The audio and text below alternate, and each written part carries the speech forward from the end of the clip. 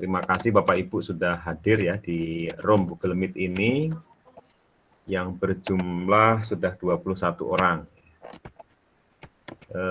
Bapak Ibu semua dan Ibu trainer ya, Ibu Sadiah ya yang saya hormati, dan tim penilai angka lainnya yang berbahagia ya dimanapun berada.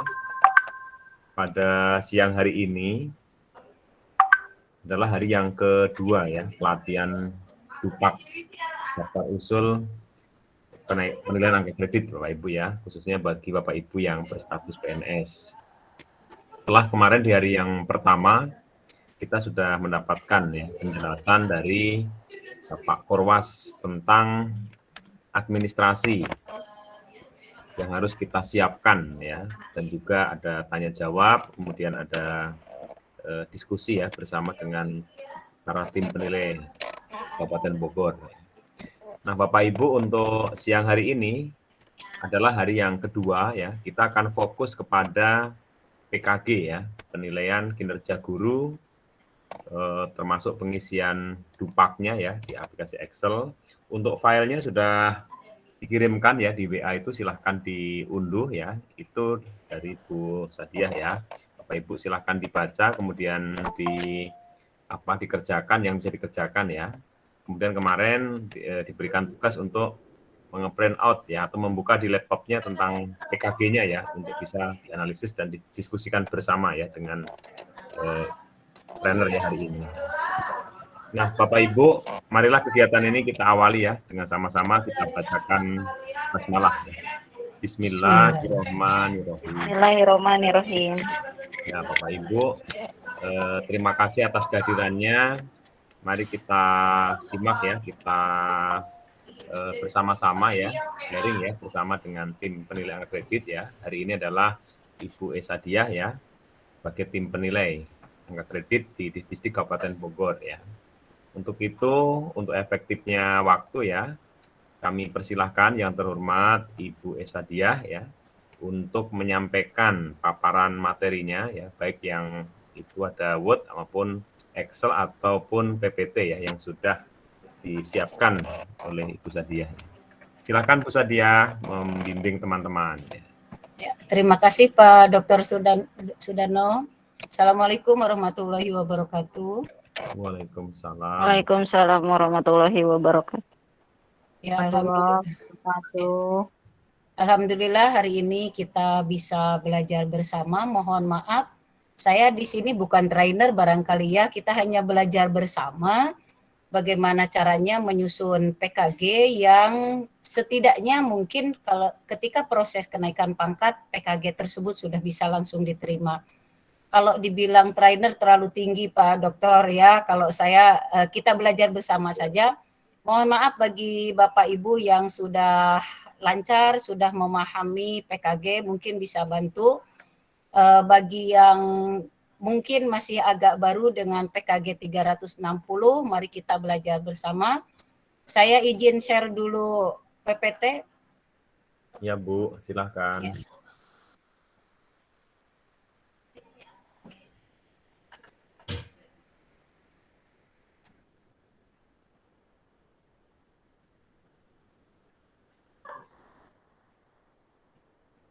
Ya, maaf ini PPT yang saya ambil bukan otak saya ya, bukan hasil pemikiran saya, tapi sumbernya dari sini, dari Permenpan dan RB nomor 16 tahun 2009 tentang jabatan fungsional guru dan angka kredit, lampiran Permendiknas nomor 35 tahun 2010 tentang Juknis, Japung, guru dan angka kreditnya, dan lampiran buku 2. Nah, dalam penilaian angka kredit itu kan ada 5 buku ya. Untuk PKG ada di buku 2, Bapak Ibu bisa mengunduhnya, itu sudah banyak ya di internet. Kemudian perangkatnya, karena kita rata-rata guru mata pelajaran, maka kita menggunakan yang instrumen 1, PK guru kelas atau guru mata pelajaran. Apabila ada Bapak Ibu yang PK-nya guru BK, ini agak berbeda sedikit. Ya, untuk guru BK mengambil instrumen yang nomor 2 khusus untuk guru BK. Apabila Bapak Ibu mengurangi jam mengajar, kemudian menambah tugas tambahan menjadi waka, di sini juga ada ya untuk PK-nya tersendiri.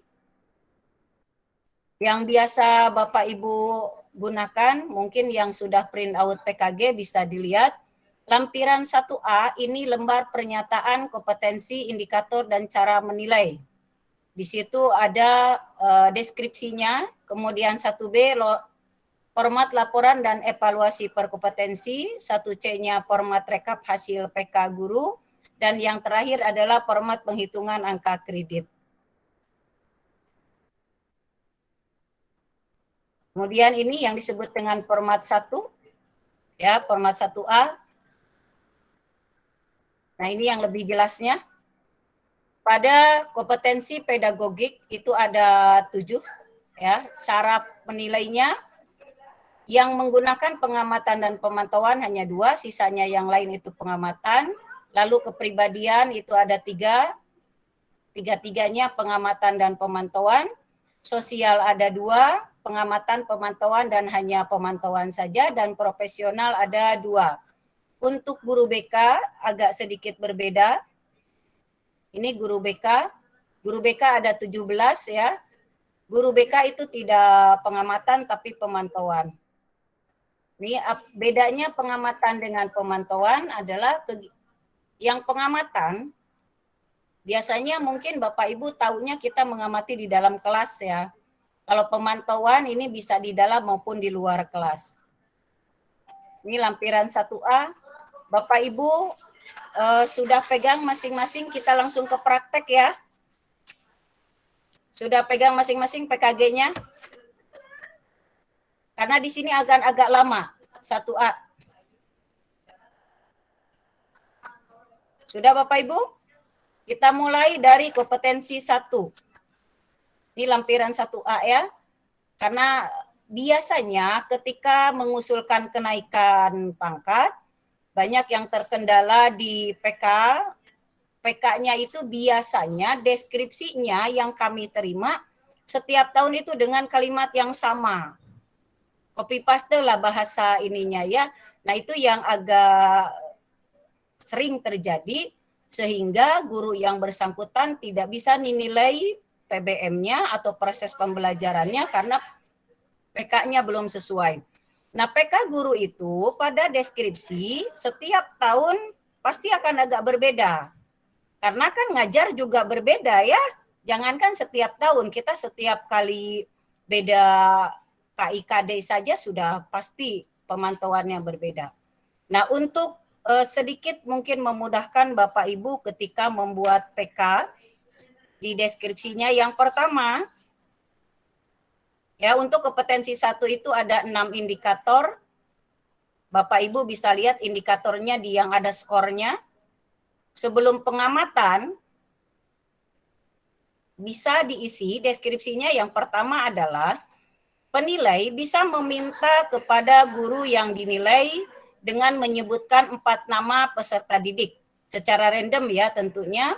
Bagi anak yang memiliki kemampuan khusus, ada juga anak mungkin yang perlu bimbingan khusus, ada juga mungkin anak-anak yang memiliki catatan-catatan kepribadian yang khusus juga atau karakter-karakter yang khusus. Nah, seperti ini ditanyakan kepada guru yang dinilai. Kemudian minta juga kepada guru untuk memilih salah satu peserta didik yang karakternya secara intelektual barangkali berbeda dengan temannya. Ya, berbeda itu apakah dia lebih atau dia kurang, itu juga bisa. Kemudian bisa minta kepada guru memilih salah satu peserta didik yang memiliki kekurangan. Nah, kekurangan ini juga sama, silahkan bisa jadi kekurangan dalam fisik, dalam mental, ataupun barangkali kekurangan dalam daya tangkapnya. Kemudian penilai juga bisa menanyakan kepada guru apakah baru-baru ini ada kejadian luar biasa dalam keluarga peserta didik. Nah itu yang sebelum pengamatan. Kemudian bisa minta kepada guru menjelaskan karakteristik umum pada kelas yang diajarnya. Selama pengamatan, amati apakah guru mengatur posisi tempat duduk peserta didik, apakah gurunya berkeliling, di dalam kelas tersebut atau hanya berdiri saja di depan kelas.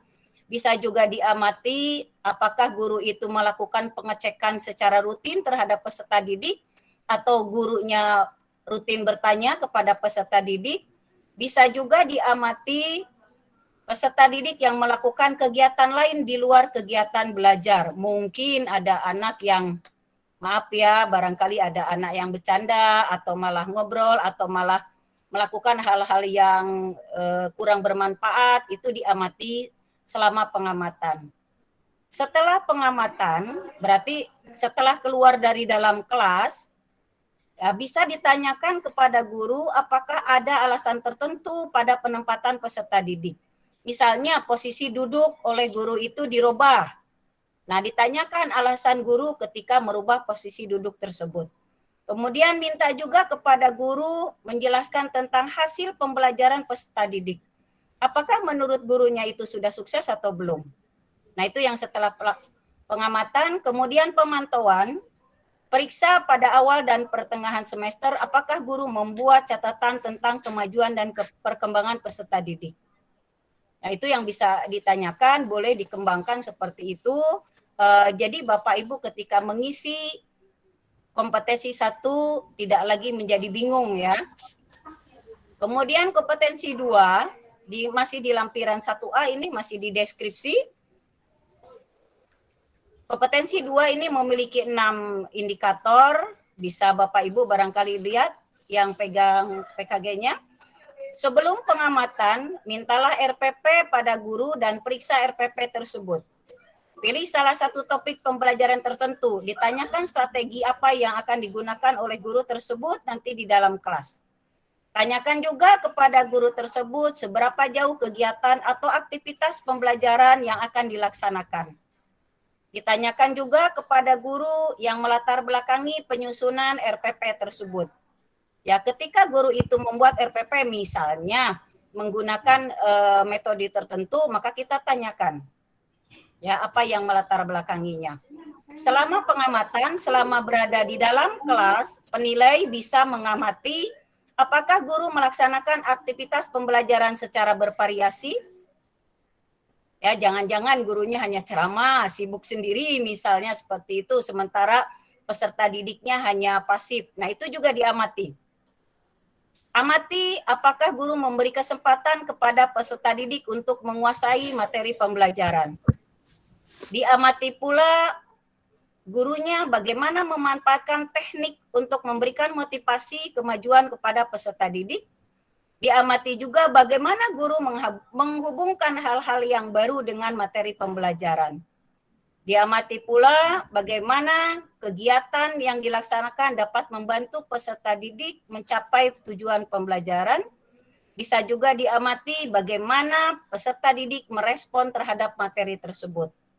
Itu selama pengamatan, berarti selama di dalam kelas. Setelah pengamatan, setelah di luar kelas, pilih satu aktivitas guru di kelas yang diamati pada saat pengamatan yang sesuai dengan rencana pembelajaran. Tanyakan kepada guru itu kenapa melaksanakan aktivitas tersebut. Ya, alasannya seperti apa.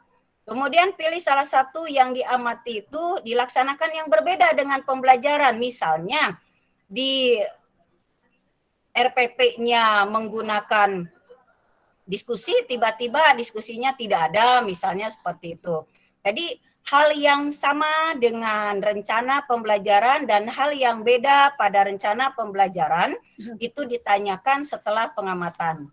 Ya, kemudian kompetensi yang ketiga. Kompetensi yang ketiga itu ada 4 indikator.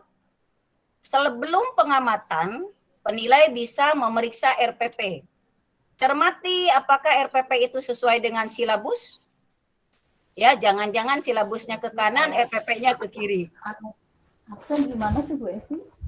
Ya, kemudian selama pengamatan, selama di dalam kelas, untuk kompetensi 3 ini, amati seberapa lancar, jelas, dan lengkap guru menyampaikan materi yang diajarkan. Daripada ini, aku kan ikut. Udah aku dimasukin ke mana?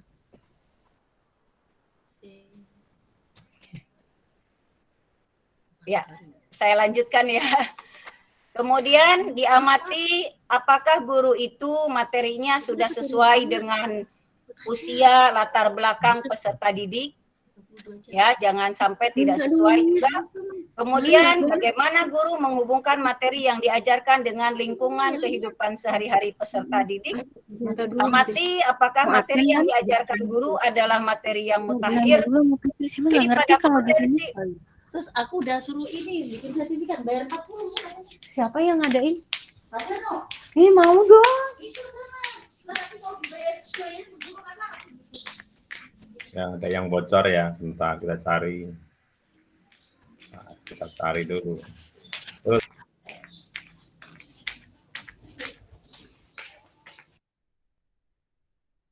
Ya, udah ketemu. Yuk.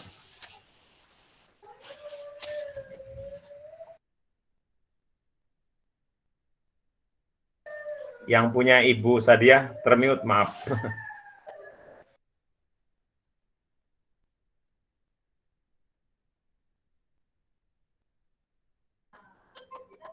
Oke.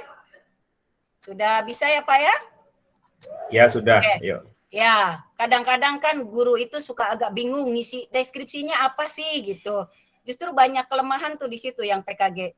Kalau skor sih insya Allah lah paham semua. Kemudian untuk kompetensi 3, pengembangan kurikulum ini lebih ke materi ya. Penguasaan materi, penyampaian materi, dan kondisi-kondisi yang di kelas pada saat menyampaikan materi tersebut. Setelah keluar dari kelas, setelah pengamatan, mintalah guru menjelaskan bagaimana memanfaatkan hasil pembelajaran yang dilaksanakan untuk mengembangkan topik mata pelajaran tersebut. Ya. Kemudian untuk kompetensi 4 itu ada 11 indikator. Bapak Ibu bisa lihat yang ada skor 0, 1 dan 2-nya itu ada 11.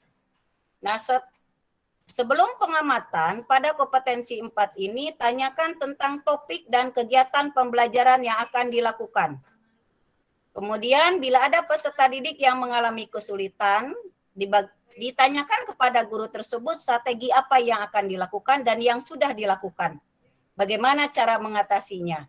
Kemudian ditanyakan lagi bagaimana tingkat kecerdasan anak-anak atau tingkat kemampuan anak-anak, tingkat pemahaman anak-anak di dalam kelas, bagaimana cara guru menentukannya. Ya, selama pengamatan, selama di dalam kelas, kompetensi 4, yang pertama diamati adalah guru menyesuaikan kemampuan peserta didik untuk berkonsentrasi. Ya, mungkin kalau ada peserta didik yang konsentrasinya agak terganggu, bagaimana guru itu membangun sebuah strategi agar kembali konsentrasinya yang baik. Kemudian diamati bagaimana guru tersebut dalam kegiatan pembelajarannya bisakah membantu kepada peserta didik yang mengalami kesulitan. Nah, ini kembali kepada bagaimana pembelajaran-pembelajaran yang dilakukan oleh guru tersebut sehingga pembelajarannya dapat mendidik kepada peserta didik.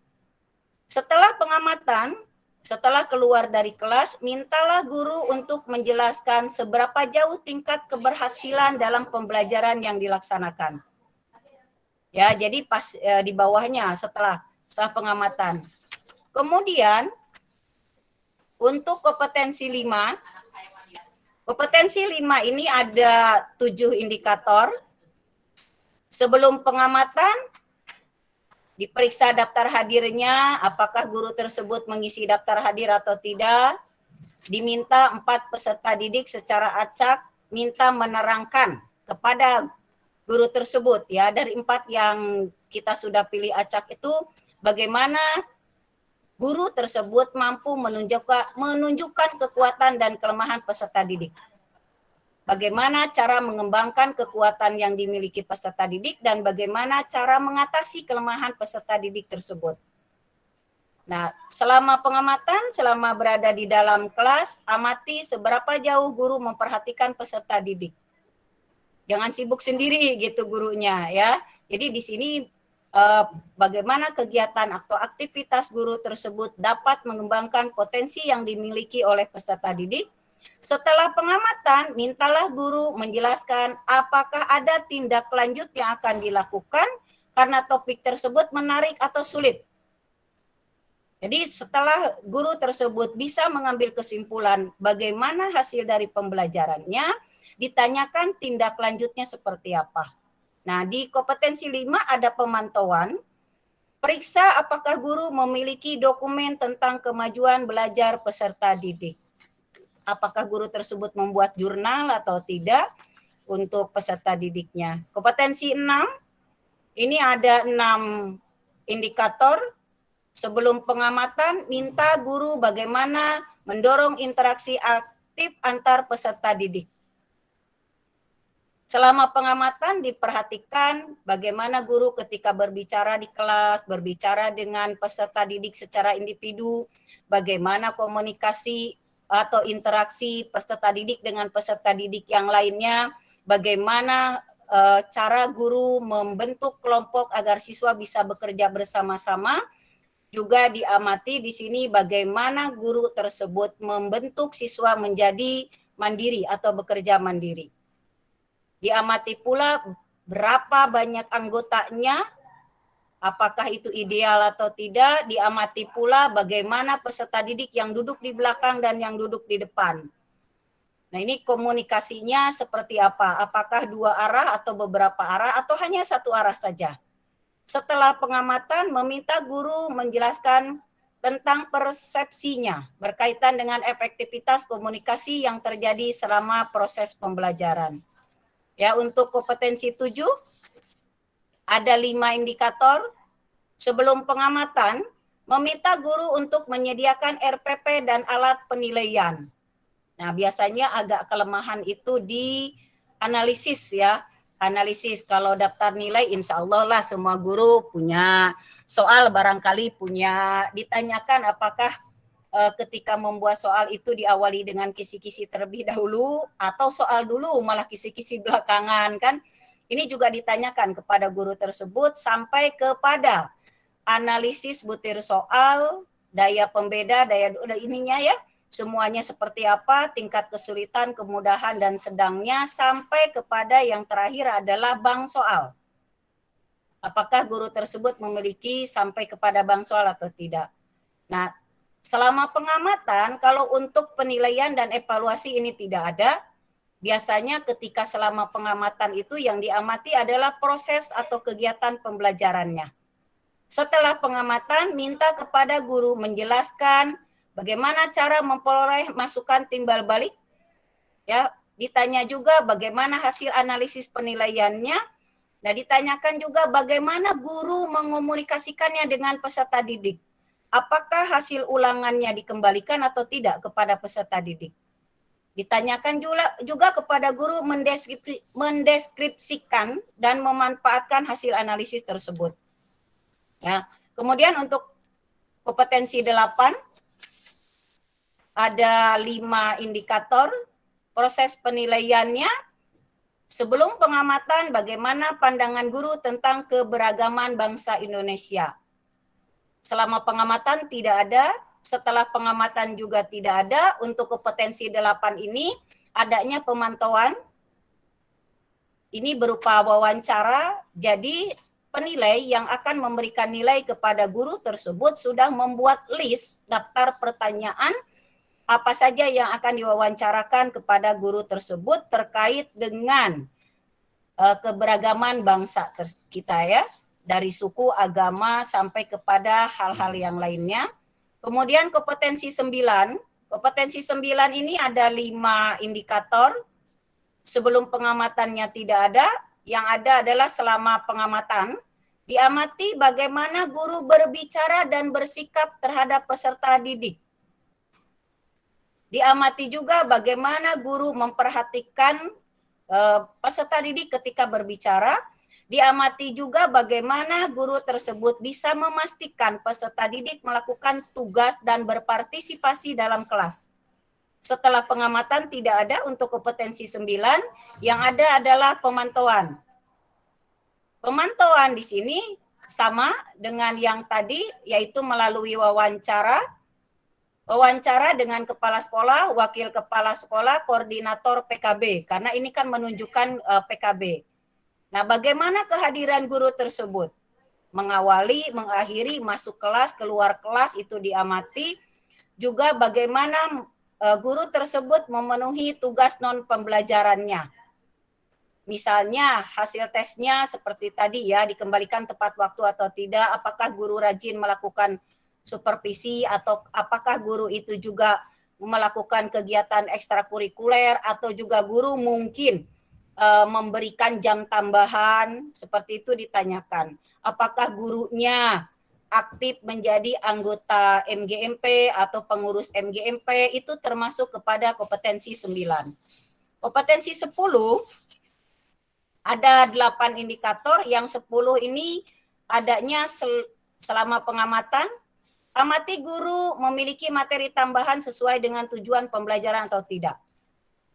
Pada saat pemantauan, ini dilakukan 2 kali dalam 1 semester. Penilai melakukan kunjungan ke kelas di awal, di tengah, dan di akhir jam pelajaran yang diamati. Jadi guru tersebut dipantau hanya 2 kali dalam 1 semester.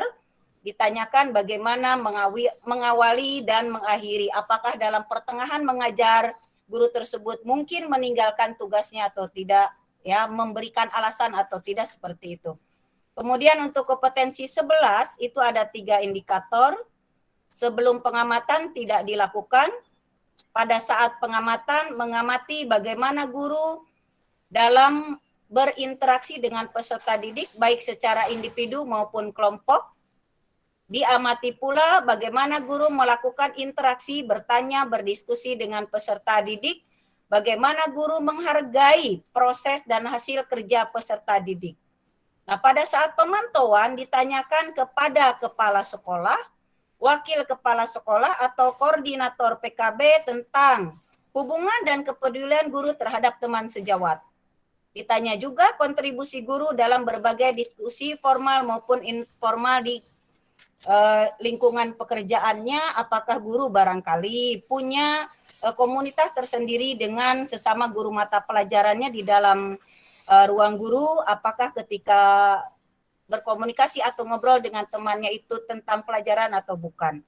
Itu juga bisa ditanyakan kepada kepala sekolah, wakil, dan yang lainnya. Kemudian untuk kompetensi 12, ada 3 indikator, hanya dilakukan dengan cara pemantauan. Penilai meminta guru menyediakan dokumen atau catatan tentang pertemuan guru dengan orang tua. Bagaimana guru tersebut mengkomunikasikan kepada orang tua tentang kemajuan, kesulitan, potensi peserta didik, lengkap dengan catatan yang dibuat secara spesifik ya tentang peserta didik tersebut. Kemudian ditanyakan juga dokumen-dokumennya atau catatan-catatannya yang membuktikan kerjasama dengan teman sejawat atau tenaga kependidikan. Yang terakhir ditanyakan juga dokumen-dokumen guru tersebut dengan guru yang berhubungan ya, yang berhubungan dengan kegiatan non pembelajarannya. Nah, kompetensi 13 ini ada 3 indikator. Sebelum pengamatan dicermati RPP, pelajari materi yang tercakup dalam RPP merupakan materi yang tepat dan mutakhir atau tidak. Selama pengamatan ditanya bagaimana, diamati bagaimana guru menguasai, terampil, dan lancar dalam melaksanakan kegiatan pembelajarannya. Ya, ditanyakan juga atau diamati juga kepada guru tersebut, ya bagaimana responnya ketika memberikan pertanyaan atau pendapat kepada peserta didik. Dan yang terakhir adalah kompetensi 14. Kompetensi 14 ini dilakukan hanya melalui pemantauan. Semua ditanyakan mengenai PKB yang dilakukan oleh guru tersebut. Ya, mulai ya seperti inilah, barangkali ini kan termasuk juga PKB ya Bapak Ibu, bisa dimasukkan seperti itu. Kemudian kita ke slide selanjutnya.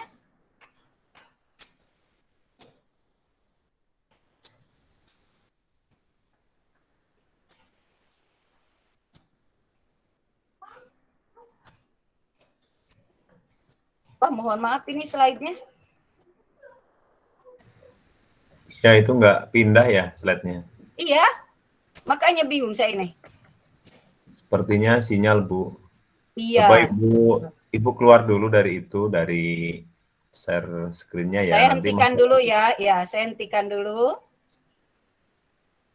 Ya, saya share ulang.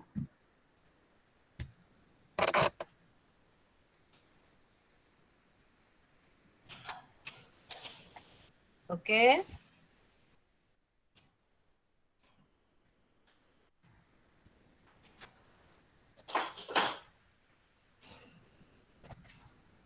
Nah, Ya, ini lampiran 1B ya. Lampiran 1B seperti ini persetujuan. Ya, jadi setelah dilakukan PK guru antara penilai dan yang dinilai berdiskusi apakah setuju atau tidak, bagaimana jika tidak setuju, ini ada prosedurnya, Bapak Ibu nanti bisa lihat di kesempatan yang lain, di slide yang lain. Ini agak ini.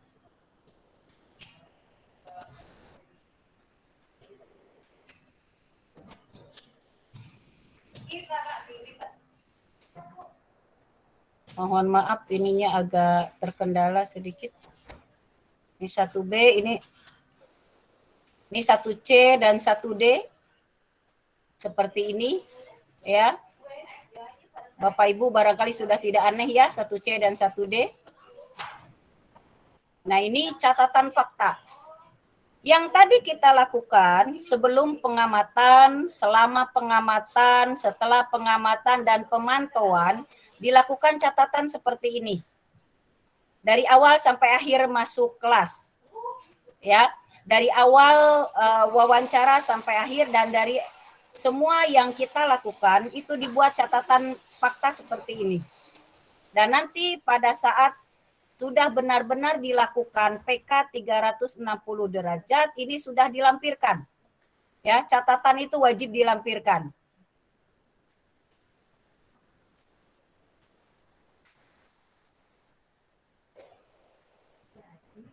Ini jurnal pemantauan. Ini juga sama nanti di PK 360 derajat, ini juga ini apa namanya? Dilampirkan seperti ini.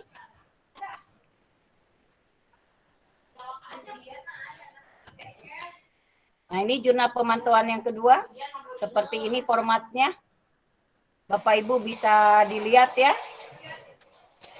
Karena ini bisa kita pahami apabila sudah dilakukan. Nah, ini yang perlu kita pahami bersama bahwa panduan melakukan pengamatan dan pemantauan yang tadi sudah dibicarakan kita bersama, pada saat melakukannya ikuti prosedur atau standar untuk melaksanakan semua, mulai dari mengamati, mendeskripsikan, membandingkan, memutuskan, dan menyetujui. Ya. Penilai perlu mendapat contoh kegiatan sehari-hari yang dilakukan guru secara normal. Jadi pada saat mau PKG jangan jangan diada-ada gitu, jangan mendadak yang tadinya tidak dilakukan bisa simsalabim jadi ada lah gitu kan. Yang tadinya tidak pernah pakai alat peraga tiba-tiba jadi alat peraga, biasanya tidak pakai infokus, tidak pakai ini dan itu tiba-tiba ada, bukan seperti itu. Yang diminta adalah contoh kegiatan sehari-hari guru secara normal. Kalau memang guru itu sudah terbiasa menggunakan media-media yang lain, ya alhamdulillahirrahmanirrahim ya, karena sekarang banyak sekali webinar, banyak sekali diklat secara online untuk membuat media-media tersebut. Apabila tidak, jangan membuat kondisi khusus hanya untuk pemantauan atau pengamatan saja. Karena nanti hasilnya tidak akan sesuai dengan yang diinginkan. Ya. Jadi si guru itu hanya baik tiba-tiba padahal sehari-harinya tidak. Nah, ini nanti berpengaruh pada saat pemantauannya. Kemudian pastikan bahwa proses pengamatan diupayakan semaksimal mungkin, tidak mengganggu proses pembelajaran. Penilai dan yang dinilai ini perlu membuat rentang yang ditetapkan atau disetujui bersama 5-10 hari. Antara 5-10 hari ya waktu yang ditentukan. diberitahu bahwa yang dinilai itu akan dilakukan pemantauan atau pengamatan selama tanggal tersebut. Ya, jangan sampai gurunya merasa bahwa dia dinilai tapi tidak diberitahu gitu. Nanti bisa jadi protes kan. Nanti kalau tidak mau menandatangani surat persetujuan juga agak susah. Kemudian di sini di persiapan, penilai harus mengetahui sejak awal tentang hal-hal yang penting yang harus diamati. Seperti tadi, daftarnya seperti apa, ya. Jadi Bapak Ibu ketika akan melakukan penilaian kinerja guru, sudah pastikan terlebih dahulu persiapannya memang sudah dilakukan semua. Ya, ketika melaksanakan PK guru itu sudah benar-benar berjalan sesuai dengan prosedur yang diinginkan. Kemudian ini sebelum pengamatan dicatat tanggal dan waktu pengamatannya. Bapak Ibu kalau di PKG kan ada di situ ya tanggalnya. Nah, sebelum pengamatan, setelah pengamatan dan pemantauan ya, itu biasanya misalnya sebelum pengamatannya hari Senin tanggal 12. Pengamatannya dilakukan hari Selasanya tanggal 13. Setelah pengamatannya dilakukan hari Rabunya. Nah, berarti pemantauannya ambil 5 sampai 10 hari dari situ. Bisa Bapak Ibu tentukan tanggalnya seperti tadi gitu. Kalau misalnya sebelum pengamatannya hari Senin, pengamatannya juga hari Senin. Setelah pengamatannya juga hari Senin. Sama-sama semua tanggal 13. Itu tidak masuk akal. Apakah guru tersebut tidak mengajar di kelas yang lain? Atau tim penilainya juga tidak punya jam mengajar di kelas yang lain? Itu kan otomatis akan mengganggu proses pembelajaran kelas yang lain. Sehingga biasanya ini sudah disepakati terlebih dahulu mau tanggal berapa dilaksanakannya. Ya, supaya kedua-duanya tidak meninggalkan proses pembelajaran yang harusnya dilaksanakan atau kewajiban pembelajarannya. Nah, jadi biasanya seperti itu bedanya. Sebelum pengamatan di hari pertama, pengamatannya di hari kedua, setelah pengamatannya hari ketiga, 10 hari kemudian baru di pemantauannya, atau 7 hari kemudian, seminggu setelah itu baru di pemantauannya. Nah, itu untuk penentuan tanggal. Ini tadi ya. Pada saat pengamatan perlu diperhatikan guru yang menilai atau asesor yang menilai mulai membuat fakta-fakta. Ya, membuat fakta, catatan. Yang paling enak itu menggunakan kode. Ya, menggunakan angka. Angka 1 misalnya guru mengucapkan salam. Angka kedua siswa menjawab salam. Begitu guru memberikan motivasi, memberikan persepsi dan sebagainya. Tolong dipahami oleh asesor atau yang menilai PKG atau PK guru, tidak boleh menjas, tidak boleh menilai. Kalimatnya bukan untuk menilai, tapi kalimat yang ditulis oleh asesor atau tim penilai PK guru memang betul-betul kalimat fakta yang terjadi di dalam kelas. Tidak ada juga intervensi di situ. Ya, kepada siswa juga cukup mengucapkan salam, siswa juga tidak perlu dikondisikan oleh tim penilai PK gurunya tersebut. Ya, jangan sampai nanti ada kalimat yang menjas atau menilai. Pada saat pengamatan, asesor atau tim penilai hanya cukup mencatat semua yang terjadi dari awal sampai akhir. Ya, kemudian memberi nilai, memberi skor 0 apabila tidak dilakukan, 1 apabila dilakukan sebagian, 2 apabila penuh semua dilakukan. Nah, kalau untuk skor angka 1, Bapak Ibu bisa lihat di deskripsi di format 1A itu kan ada skor ya, 0, 1, dan 2. Nah, itu yang nomor 1 sudah kelihatan. Berarti sebagian. Kalau sebagian 2 atau 3 indikator terpenuhi saja mungkin sudah ini. Nah, kalau 2 Kalau sempurna semua, berarti semua indikator yang diminta oleh PK tersebut atau kompetensi tersebut terpenuhi semua. Nah, kemudian setelah pengamatan di sini diadakan diskusi. Nah, biasanya untuk memudahkan pada saat setelah pengamatan apabila ada diskusi yang agak kurang sinkron antara penilai dan yang dinilai, dibuka kembali rekamannya. Jadi pada saat pengamatan itu biasanya diberikan alat rekam. Ya kalau zaman sekarang canggih sekali ya, mudah pakai HP juga, tidak terlalu sulit. Tinggal HP, alat rekamnya diaktifkan, ditaruh di saku guru yang mengajarnya. Nanti pada saat setelah pengamatan dibuka kembali secara bersama-sama. Tapi akan lebih enak barangkali jika kita menggunakan tripod, kita pasangkan kamera di situ. Itu akan lebih mudah. Ketika terjadi perbedaan persepsi atau beda paham atau selisih paham antara yang dinilai dengan penilai PK, itu bisa mudah sekali diatasi. Nah, pada saat setelah pengamatan di sini sampai mencapai kata sepakat atau setuju. Nah, ini yang persetujuan. Apabila guru ini melakukan diskusi, ternyata ada hal-hal yang tidak disetujui, maka boleh mengambil pihak ketiga. Mungkin bisa mengambil pihak ketiga ini misalnya peserta didik.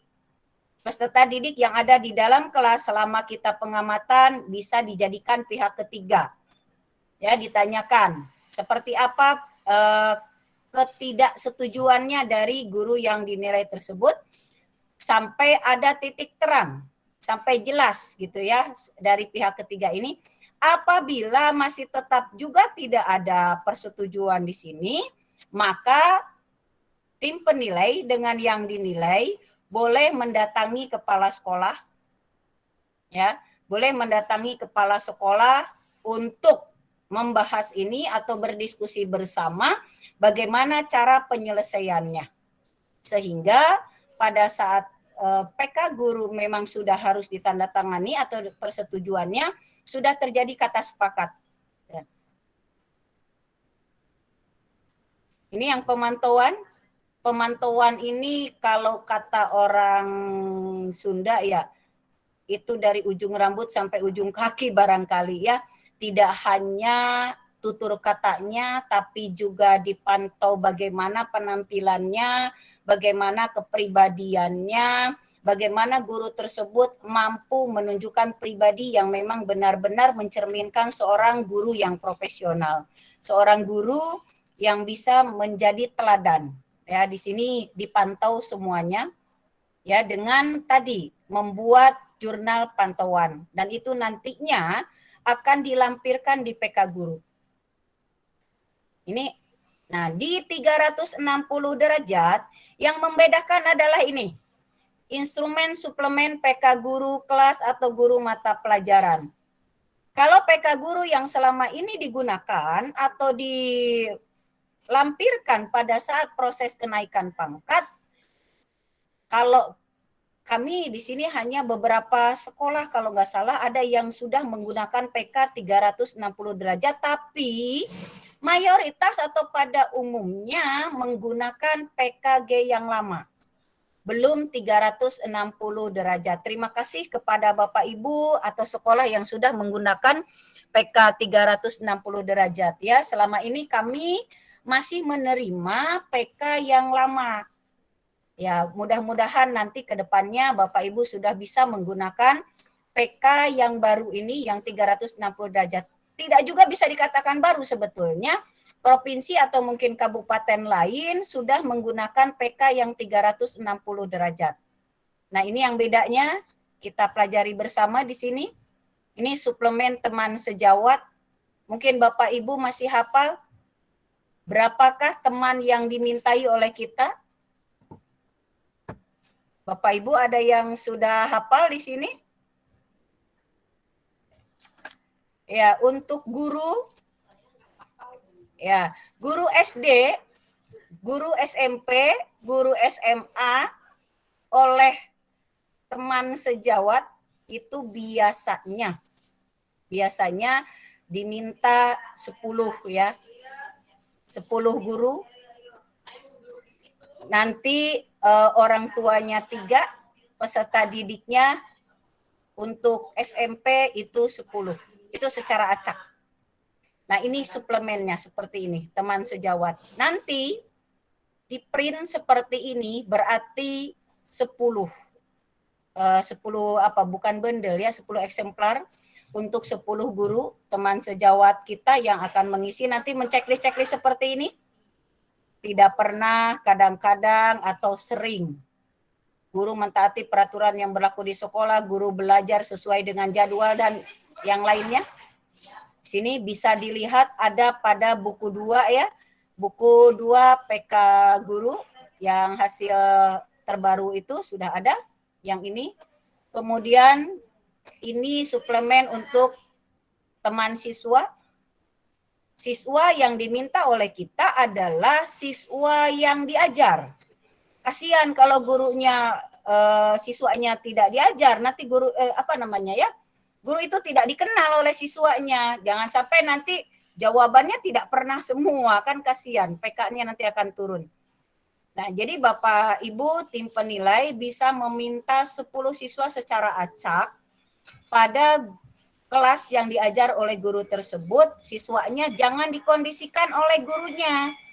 Kalau dikondisikan oleh gurunya nanti jawabannya bisa tidak akurat nanti hasilnya. Nah, kemudian ini suplemen orang tua siswa ini cukup 3 orang. Ini diminta juga sama seperti ini, kalau bisa orang tuanya juga tetap orang tua siswa yang memang diajar oleh guru tersebut. Nah, kemudian ada di sini kehadiran guru. Nah, ini yang agak perlu diperhatikan oleh Bapak Ibu. Untuk kehadiran yang dilihat adalah menit. Ya, yang dilihat itu menit.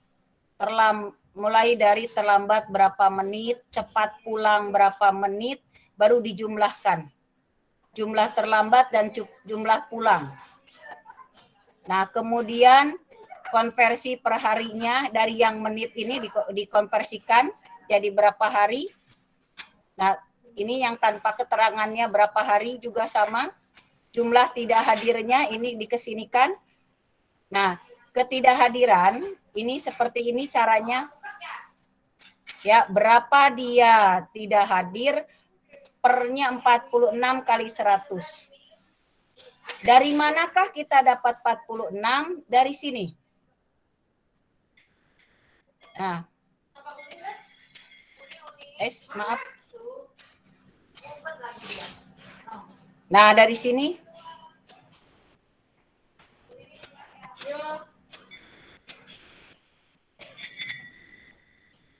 Agak sulit dikataskan. Nah, ini 46 adalah ketidakhadiran maksimal yang ditentukan oleh kementerian apabila guru tersebut sudah lebih besar dari 40, sama dengan ini ya, lebih besar dari 46 di sini, pemberhentian dengan tidak hormat.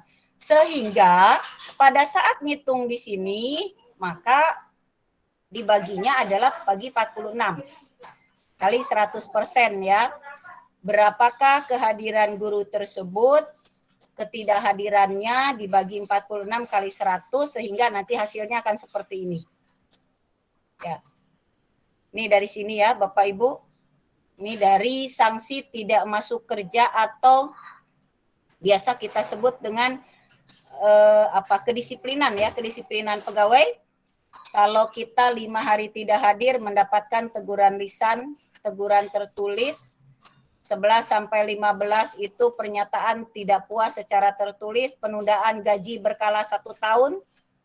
Apabila kita tidak hadir 16 sampai 20 hari itu gaji berkalanya kita bisa ditunda. Penundaan kenaikan pangkat apabila sudah 21 sampai 25. Dan yang terakhir yang sini adalah 46 dan lebih besar dari 46 pemberhentian dengan pemberhentian atau atas permintaan sendiri atau guru tersebut berarti mengundurkan diri ya. Nah, kemudian ini waktu pelaporan. Bapak Ibu melakukan PKG pengamatan di dalam kelas itu 8 minggu dari akhir akhir anggaran. Akhir anggaran itu, tahun anggaran itu kita kan Desember. Nah, diupayakan ini 8 minggu sudah melakukan PK.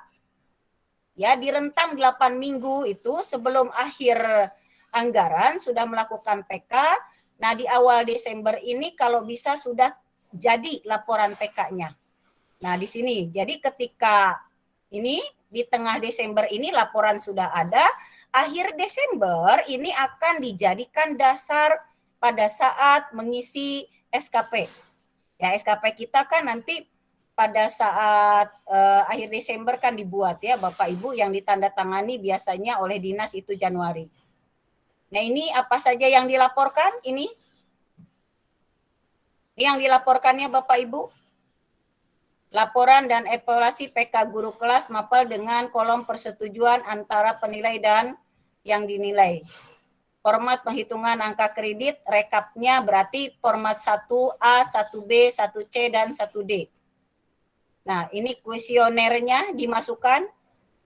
Kuesioner yang tadi 10 teman sejawat kita, ditambah ini 10 peserta didik, ditambah lagi dari 3 orang tua, rekap kehadiran 1 tahun, ya 1 tahun yang seperti tadi, rekap 1 tahun yang ini dimasukkan semua.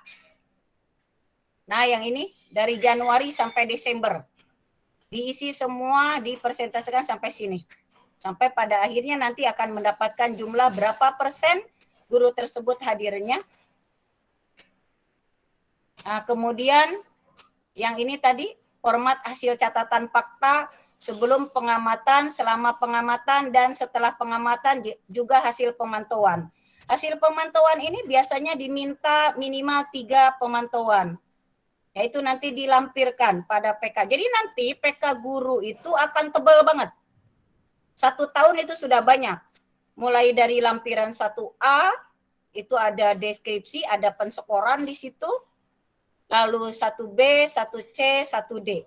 Nah, 1D nanti agak berbeda, mungkin nanti saya akan share dulu 1D yang format 360 derajat ya Bapak Ibu. Mungkin sampai sini dulu, ini yang untuk PKG. Bagaimana Pak Dr. Sudarno, saya lanjutkan dulu atau bagaimana? Ya Bu, lanjutkan aja lah. Iya, ini saya hentikan dulu yang ini ya. Saya akan share dulu yang ini.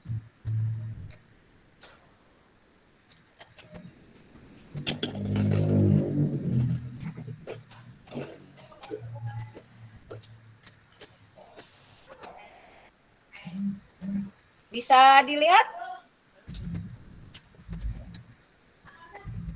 Belum Bu, belum di ini ya, belum share screen ya. Ini masih layar utama ya. Oke.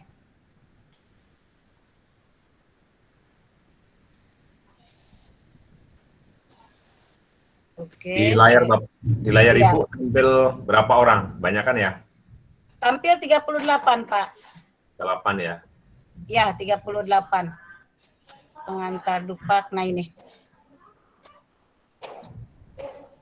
Ini lampiran 1D apabila menggunakan, sudah terlihat Pak? Ya, proses. Yo, siap. Oke, sudah ya. Ini yang di lampiran ini 1D. Kan tadinya di sini tidak ada ini ya. Hanya ada nilai PK kan tadinya, nilai PK akhir berapa, terus dijadikan ke ininya, ke AKK ininya kan ini. Nah, untuk lampiran 1D, PKG 360 derajat, ini bentuknya seperti ini. Dari atasan kepala sekolah berarti yang PK yang 14 kompetensi, ditambah dari teman sejawat, ini 10%. Kita dapat berapa skor dari teman sejawat tersebut, ya yang 10 ini, dirata-ratakan 10%. Kemudian dari kuesioner peserta didik juga itu 10%, kuesioner dari orang tua juga 10%, sehingga 100%-nya ini diambil dari 70 PK guru yang ada sebelum, selama, setelah pengamatan dan pemantauan, teman sejawat 10%, peserta didik 10%, dan orang tua juga 10%. Nah ini baru dihitung ke sini nilai PK-nya. Jadi ininya, nah nilai PK-nya. Kan tadinya 1D itu langsung ke sini. Nah, apabila sudah menggunakan yang 360 derajat, maka ini yang muncul. Ya, mungkin itu Bapak Ibu. Kemudian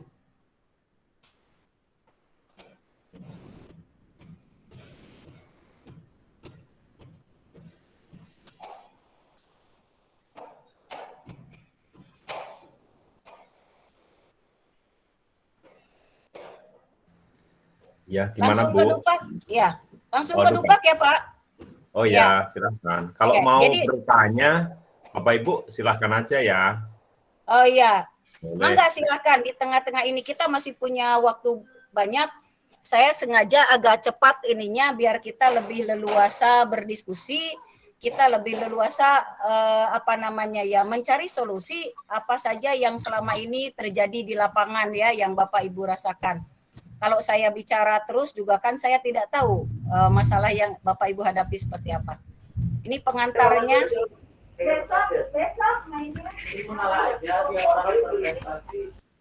Nah, ini pengantar Bapak Ibu seperti ini. Ada kop sekolahnya terlebih dahulu. Lalu surat pengantarnya ditujukan kepada Kepala Dinas Kabupaten Bogor. Kalau yang di luar Kabupaten Bogor silahkan tinggal menyesuaikan. Lalu seperti ini, isi suratnya, jumlahnya berapa, keterangannya, sampai terakhir ditandatangani. Ini pengantar mudah ya. Kalau yang pengantar,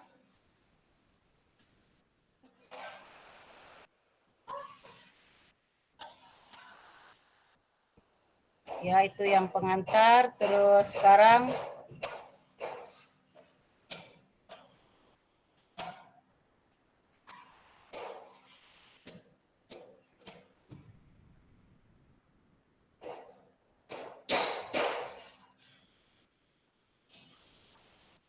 nah, ini Bapak Ibu, mau ini dulu atau yang lampiran 1 dulu? Oke. Sepertinya enak lampiran 1 dulu ya.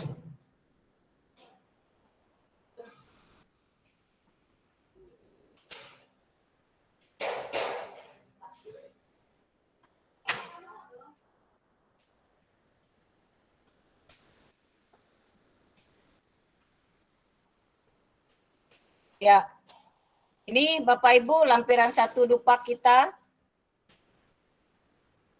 Ini Dupaknya daftar usulan penetapan angka kredit. Dilihat dulu instansinya, nama sekolah kita, masa penilaian bulan.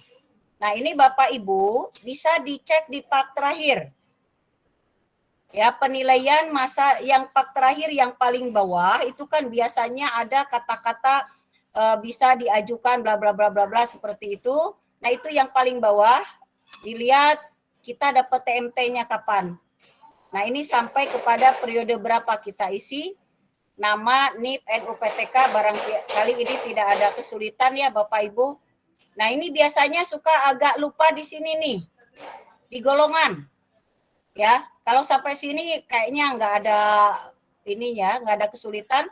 Masa golongan lama tinggal dilihat di PAK atau di SK kita. Masa golongan baru berarti dari sini kita tambahkan dengan usulan yang akan kita lakukan. Jenis guru, guru mata pelajaran, unit kerja tinggal kita isi di sini. Nah ini, kalau kita kuliahnya S3 dan linier, itu berbeda ya. Nah ini juga magister.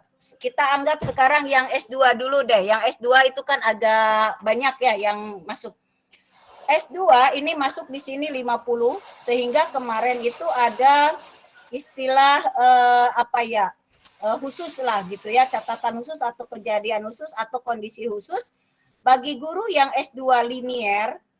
Apabila 2 tahun sudah selesai, kan biasanya tidak mungkin ya 2 tahun langsung selesai terus tiba-tiba nerima nerima ijazah. Biasanya 2 tahun agak proses dulu.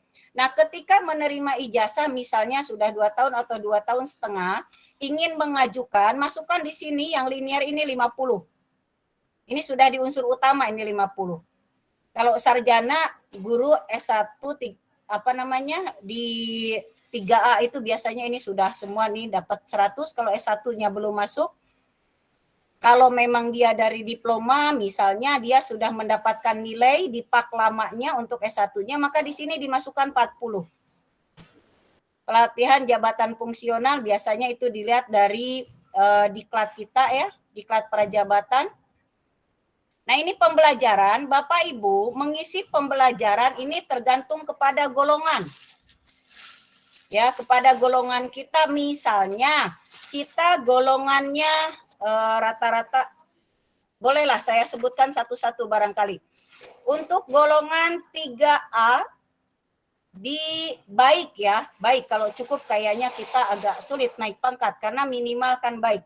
Akan lebih lama lagi kalau kita PKG-nya tadi cukup ya. PKG kita kan tadi yang AKK itu yang sudah kita hitung di lembar 1D atau format 1D dimasukkan ke sini.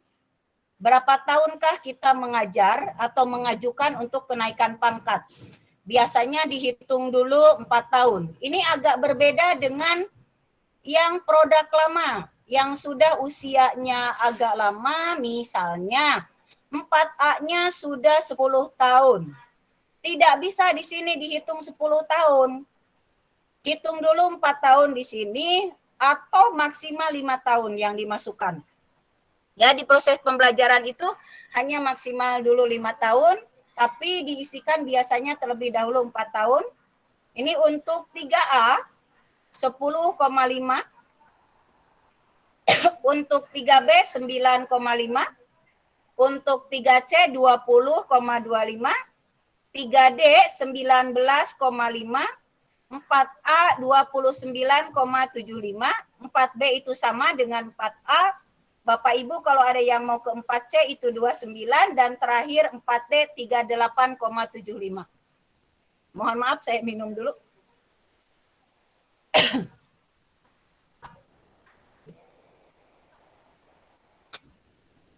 Ini yang bimbingan untuk guru BK. Ya, untuk guru BK mengisinya di sini, guru bimbingan.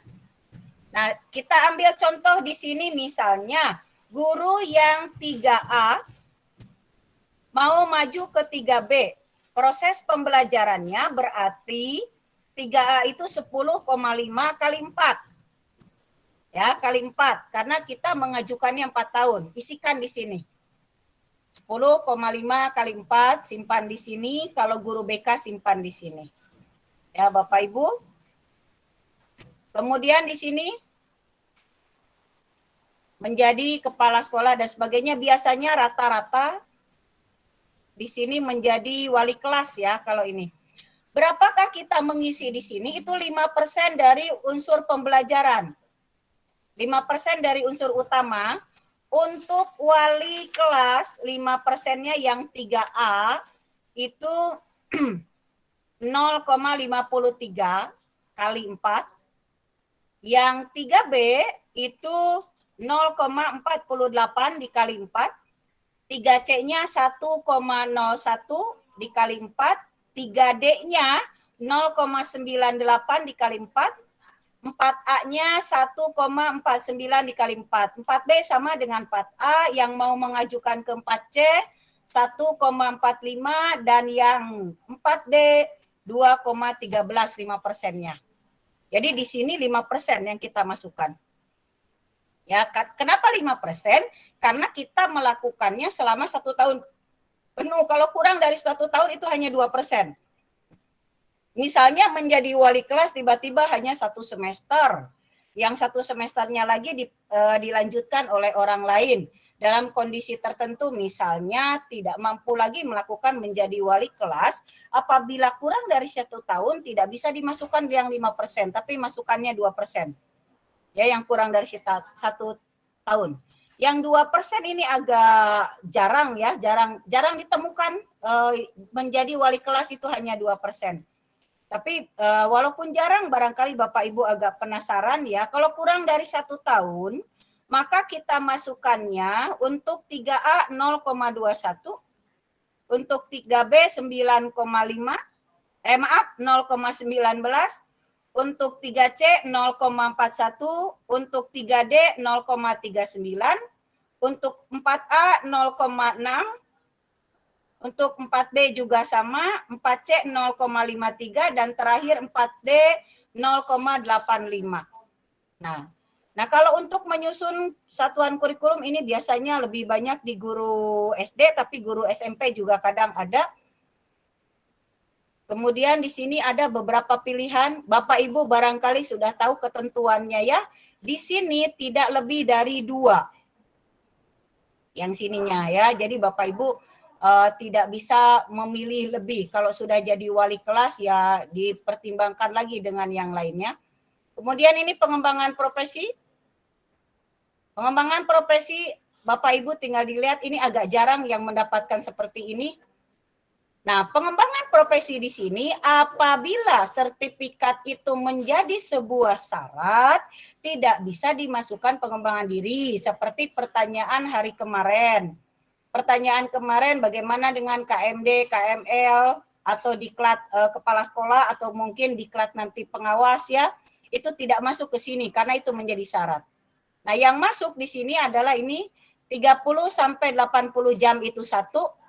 Nah, ketika Bapak Ibu akan mengisi ini, mengisi yang ini, tolong dikumpulkan dulu, ditumpukan terlebih dahulu sertifikat-sertifikatnya, digolongkan terlebih dahulu mana yang 30 sampai 80, mana yang 81 sampai 180 sampai semua seperti itu. Setelah digolongkan, dihitung dulu oleh Bapak Ibu. 30 sampai 80 punya berapa? Tinggal tulis di sini. Kalau punya 3 misalnya, tulis di sini 3. Kalau 80 sampai 180-nya misalnya punya 1, ya tulis di sini 2. Ya, patokannya gampang kok. 30 sampai 80 itu 1, ke sini 2, ke sini 3, ke sini 4, seperti itu. Makin ke sini makin tinggi, makin ke bawah makin kecil.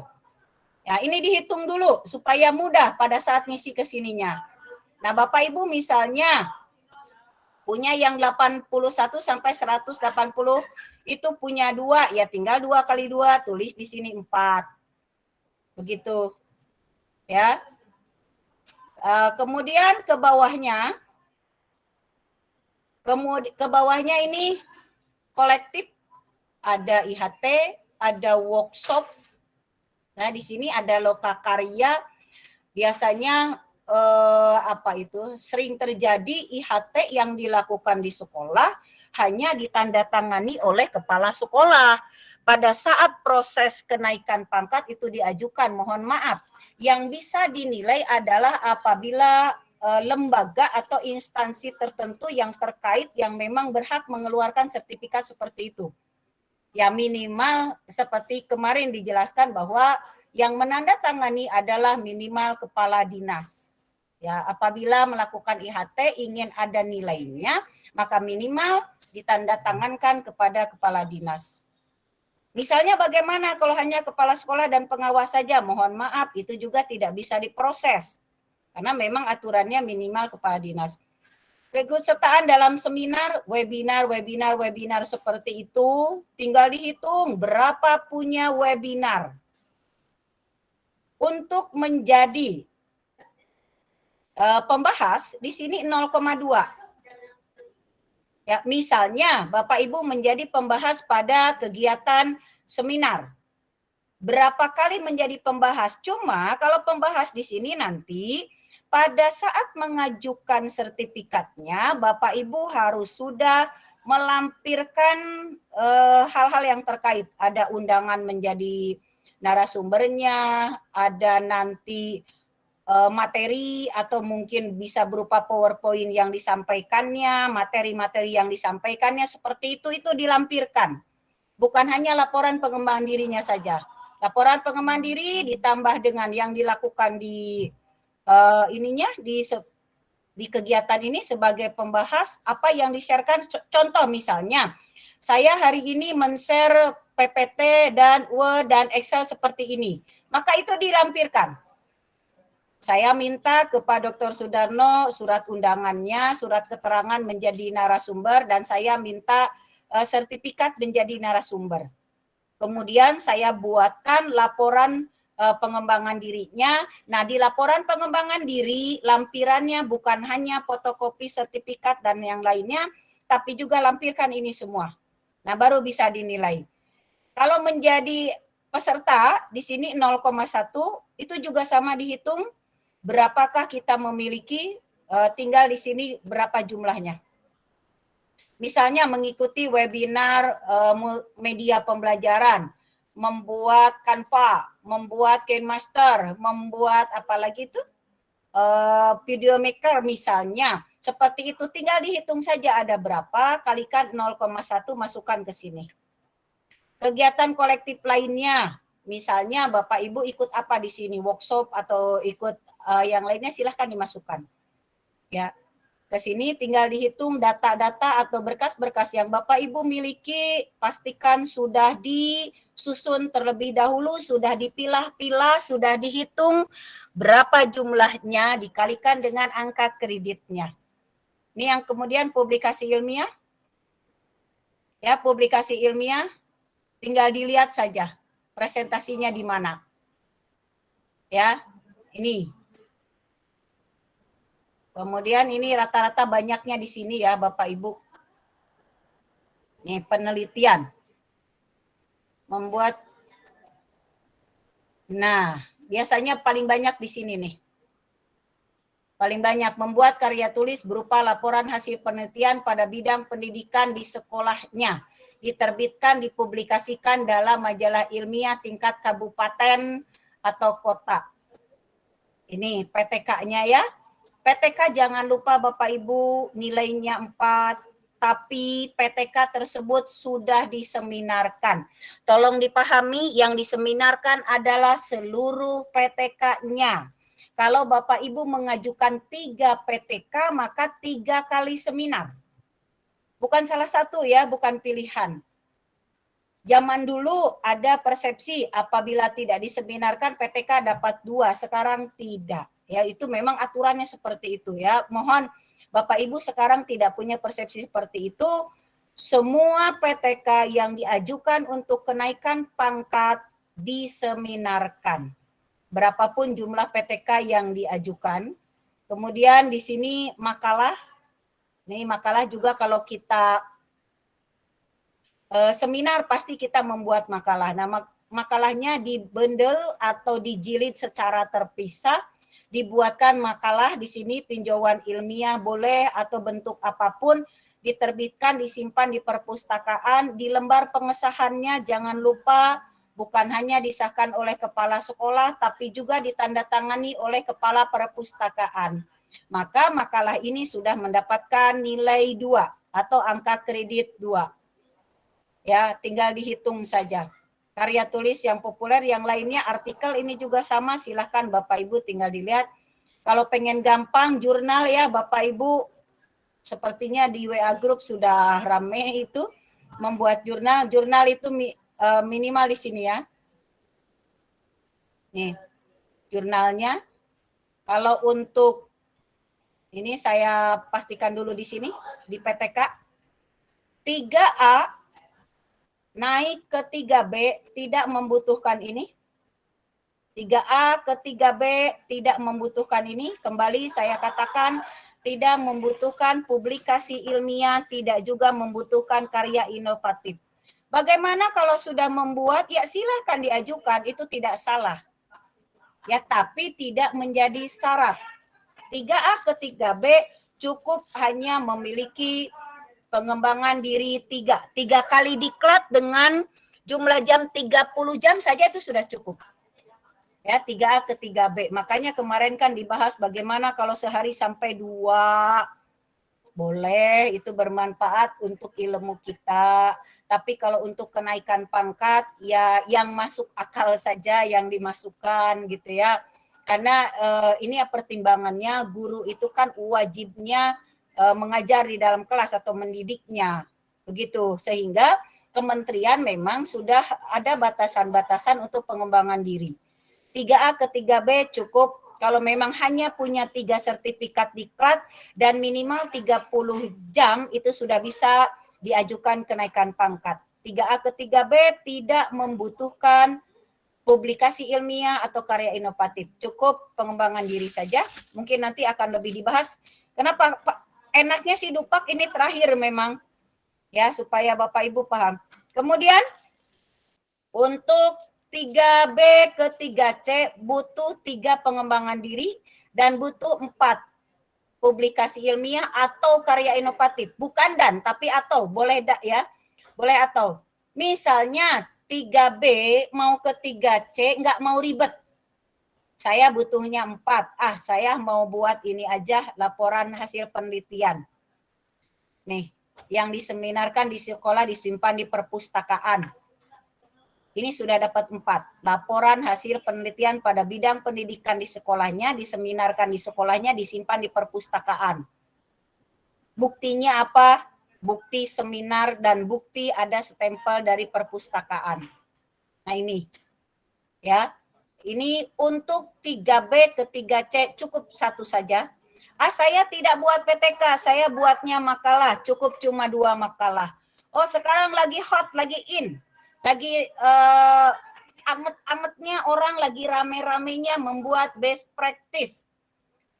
3B ke 3C dengan 2 best practice saja sudah cukup. Karena 1 best practice itu nilainya 2. Ya, Bapak Ibu di sini atau cukup di sini makalahnya saja. Silahkan. Ya, silahkan dipilih 3A ke 3B seperti tidak ada, 3B ke 3C butuh 4.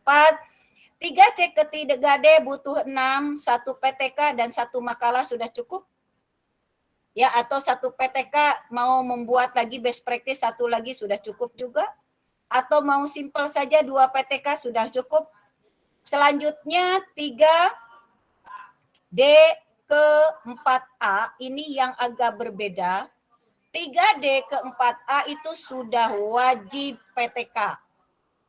Minimal 1 PTK. Kalau butuhnya 8, 2 PTK sudah cukup. Kalau PTK-nya 1 ditambah makalah 1 ditambah best practice 1 itu sudah cukup. Ya, untuk selanjutnya 4A ke 4B itu 12. 4A ke 4B bukan hanya wajib PTK tapi juga wajib jurnal. Wajib minimal 1 PTK, wajib minimal 1 jurnal.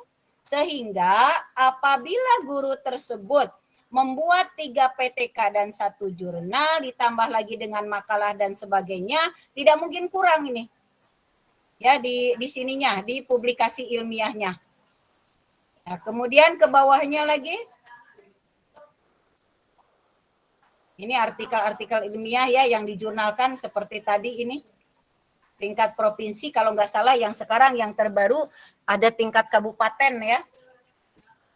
Nah, lanjut ke sini kita isikan buku. Buku tolong dipahami, ini untuk buku ini tolong dipahami. Banyak beredar buku-buku yang saat ini dicetak lebih dari 4 orang pengarangnya. Buku itu 1 orang pengarang, 2 orang pengarang, 3 orang pengarang, maksimal 4. Mungkin nanti di Bu Yoyo di publikasi ilmiah ini akan lebih dikupas lebih dalam ya Bapak Ibu. Saya hanya mengingatkan saja ketika buku semacam antologi atau kumpulan cerpen atau kumpulan opini seperti itu yang 1 bukunya lebih dari 4 orang, mohon maaf itu tidak bisa diproses untuk kenaikan pangkat. Karena pada aturannya di buku 4 itu hanya maksimal 4 orang pengarang buku yang bisa diberikan nilai angka kredit. Ya, kemudian ini ke bawahnya tinggal dijumlah nanti dari yang atas jumlah ke sini berapa. Kemudian ke sini karya inovatif, biasanya ini kalau karya inovatif ini guru-guru seni budaya yang banyak yang melakukan. Kalau guru-guru yang lain itu agak sedikit yang mengajukan kenaikan pangkat dengan melampirkan karya inovatif, itu agak kurang. Tapi kalau guru seni budaya, guru IPA itu banyak yang mengusulkan. Kemudian di sini, ya, Bapak Ibu, nah ini, Bapak Ibu bisa lihat di sini tinggal dimasukkan saja jumlahnya, jumlah unsur utama dari semua paling atas sampai bawah, jumlahkan ke sini. Jumlah yang baru ini ada berapa jumlah, jadi nanti kalau tim penilai akan menambahkannya yang ini. Kemudian unsur penunjang, nah ini apabila S2, S3 dulu deh, S3 yang tidak linier ini 15, S2 yang tidak linier 10, ini ke sini masuknya. Dan sampai saat ini untuk ijazah itu tidak ada kadaluarsa ya, kalau memang belum diajukan, biasanya apabila penunjangnya sudah banyak, karena penunjang ini tidak boleh lebih dari 10%. Penunjang boleh 0 sampai 10%. Ya, apabila penunjang lebih dari 10%, maka penunjang yang lain itu akan kalah. Ya, penunjang yang lain akan kalah di sini. Nah, kalau yang unsur utama itu sampai 90%, minimal 90%. Boleh sampai 90% lebih. Tapi kalau di unsur penunjang ini hanya maksimal 10%. Nah, Bapak Ibu lanjutkan ke sini. Nah, ininya penunjangnya apabila mengawas 0,08, pengurus di sini. Ini Bapak Ibu lihat profesi kita PGRI masuk ke sini, ini yang menilai di sini masuk ngawas kita, tapi sekarang kan tidak ada UN ya, yang ada hanya US. Ini apabila pengurus angka kreditnya 1, apabila anggota 0,75 kalikan 4. Kalau memang PKG yang diajukannya 4. Kepramukaan juga sama, apabila pengurus itu 1 kali 4 berarti di sini sudah 4, apabila anggota 0,75 kali 4 berarti di sini tulis 3. Kami tim penilai angka kredit pun di sini punya ya untuk itu. Nah, tutor, instruktur, pelatih adanya di sini. Nah, apabila instruktur bla bla bla bla atau pelatih apa di sini, ini adanya di sini. Bapak Ibu tinggal masukkan ke situ perolehan jasa 10 tahun itu 1, 20 tahun 2, dan 30 tahun 3. Tinggal dijumlah unsur penunjang yang kita peroleh dari atas sampai bawah ada berapa, jumlahkan unsur utama dan unsur penunjang. Berapa keinginan perolehan kita, tinggal diperhitungkan dengan yang diinginkan oleh Permenpan RB ya. Kalau untuk 3A itu butuh 50, 3B butuh 50, 3C butuh 100, sampai ke 4A butuh 100 ya. 4A ke 4B yang lainnya butuh 150, ini agak beda. Jadi tinggal tergantung berapa kita butuhnya. Nah, itu yang harus kita penuhi. Bagaimana kalau lebih tidak menjadi tabungan? Ya. Apabila lebih dari yang tadi itu tidak menjadi tabungan Bapak Ibu. Tinggal satu lagi yang belum saya share.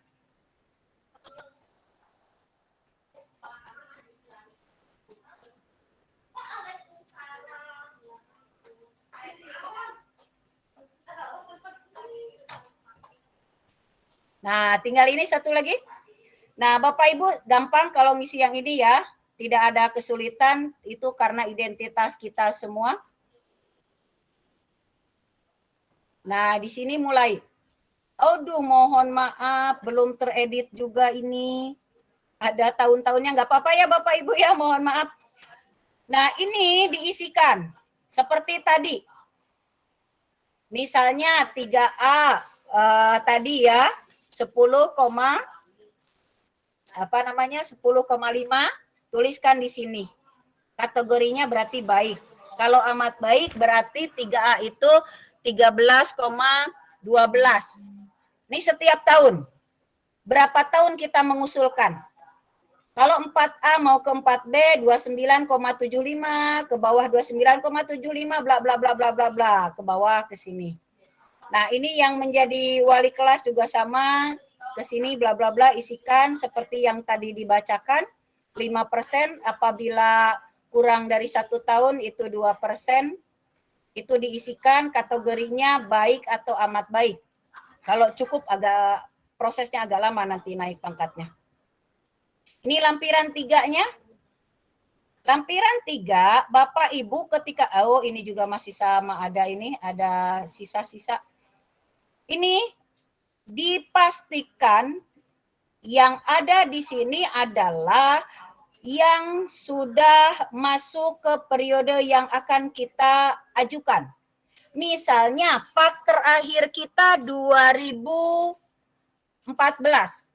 Maka yang misalnya Bapak Ibu PAK terakhirnya Oktober 2014.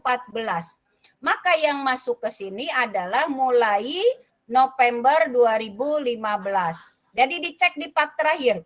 Bagaimana kalau kita ikut diklat atau ikut seminar di rentang penilaian? Misalnya kita mengajukan Oktober, sedangkan keluar nanti April. Ya kan? Untuk pengajuan April itu kan diajukannya di Oktober. Nah, seperti ini. Bulan ini Oktober sedang mengajukan berkas. Insya Allah nanti di awal November itu sudah ada sidang. Sidang untuk penilaian ya, angka kredit. Keluar nanti April. Berarti Aprilnya 2022. Bagaimana yang Oktober sekarang 2021 sampai April 2002 kemungkinan nanti agak sulit dinilai. Karena nanti PAK itu akan keluar di bulan April. Mana yang kita perhitungkan yang setelah April 2022? Patokannya adalah PAK terakhir ya, bukan SK, tapi PAK terakhir. Kalau SK bisa dirugikan nanti Bapak Ibu. PAK terakhir yang menjadi patokan untuk kita memasukkan diklat-diklat atau seminar-seminar yang kita peroleh ke sini. Disusun berdasarkan tanggal, bulan, dan tahun perolehan. Ya, kalau kita 2022, berarti kalau 4 tahun 2021 rata-rata ini mengajukan dari 2018 ya, 2017. Berarti di sini mulai 2017 ke bawah terus sampai kepada 2021. Ini seperti ini. Bagaimana ininya? Seperti ini satuan hasilnya, surat keterangan dan sertifikat deskripsi laporan hasil kegiatan. Nah, ini volumenya berapa kali kita mengikuti, angka kreditnya seperti ini. Nah, apa yang disertakan? Fotokopi surat keterangan dan sertifikat. Ya, Bapak Ibu, yang ini Dupak yang sudah diisi di lampiran ini, yang di proses penilaiannya adalah bukan ininya Bapak Ibu nih, bukan surat keterangan atau surat tugas atau sertifikatnya, tapi yang dilihat adalah ininya, laporan hasil kegiatannya. Apabila laporannya sudah sesuai dengan kerangka isi yang ada di buku 4, maka ini baru bisa diperoleh. Apabila tidak sesuai laporannya, walaupun ada yang surat keterangan atau sertifikat, tetap ini tidak bisa diperoleh. Ya, begitu ya Bapak Ibu. Sekarang mengikuti diklat Dupak. Nah, setiap hari tolong dibuat siapa narsumnya, siapa ininya. Setelah laporan deskripsi dibuat, itu ada matrik ya. Nah, seperti ini Bapak Ibu. Nah, ini sampai terakhir. Nah, nanti di sini disambung. Nah, ini disambung dengan melaksanakan publikasi ilmiah. Laporan PTK-nya seperti apa?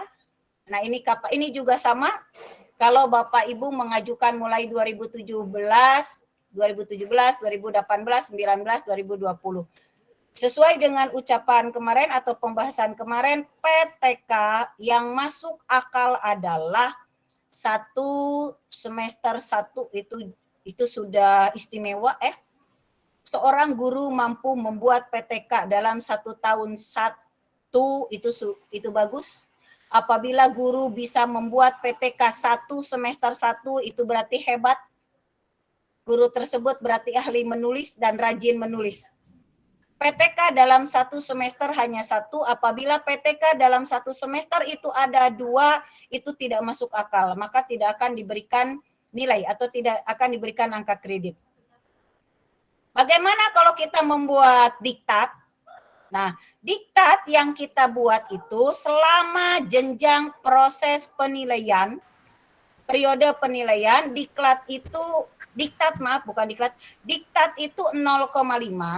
maksimal 3 yang dinilai. Bagaimana kalau mengajukan diktat lebih dari 3? Ya mohon maaf, tetap yang dinilai maksimal hanya 3. Nah, mungkin itu Bapak Ibu yang bisa saya Ibu, maaf, sampaikan. Bu Sadia, ini Boleh? ada yang share screen. Bu siapa? Share Bu, screen? maaf. Ya, ini Bu siapa? Bu, maaf ya Bu ya. Ini Mohon Bu maaf, Desi saya ya.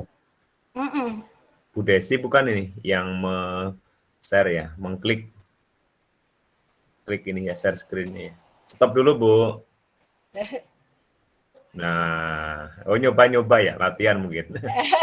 Nggak apa-apa Pak. Nggak apa-apa. Bapak Ibu, hanya itu yang bisa saya sampaikan. Apabila ada yang salah mohon dimaklumi, apabila memang ada yang benar, itu mutlak kebenaran hanya milik Allah Subhanahu wa taala ya.